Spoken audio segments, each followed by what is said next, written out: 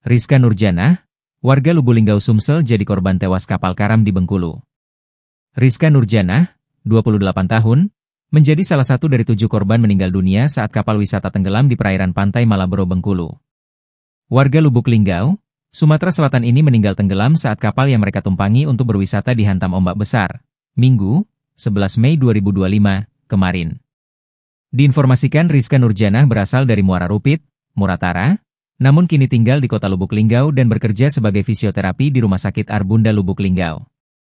Humas Rumah Sakit Arbunda Lubuk Linggau, Ferry membenarkan bila Rizka Nurjanah merupakan pegawai Rumah Sakit Arbunda Lubuk Linggau.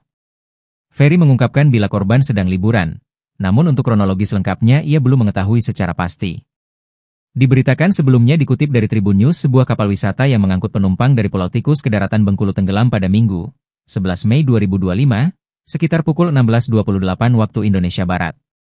Peristiwa tersebut terjadi di perairan pantai Malabro akibat cuaca buruk yang disertai angin kencang dan gelombang tinggi. Kapal juga mengalami kerusakan mesin setelah dihantam gelombang besar di sekitar pintu masuk jalur perahu nelayan Malabro. Akibatnya sebanyak 87 penumpang selamat, 7 penumpang tewas dan 10 penumpang hilang. Hingga saat ini sebanyak 10 penumpang korban kapal wisata Pulau Tikus Bengkulu tenggelam masih dalam pencarian oleh tim SAR Basarnas Bengkulu. Pernyataan tersebut berdasarkan data sementara yang diterima oleh Basarnas Bengkulu sampai dengan Minggu, 11 Mei 2025, pukul 22 waktu Indonesia Barat. Berdasarkan informasi sementara yang terhimpun, kapal tersebut mengangkut sebanyak 104 penumpang yang terdiri 98 wisatawan Pulau Tikus, 1 nahkoda dan 5 ABK. Dari data yang diterima sementara oleh Basarnas Bengkulu, total penumpang kapal yang dinyatakan selamat yaitu sebanyak 87 orang.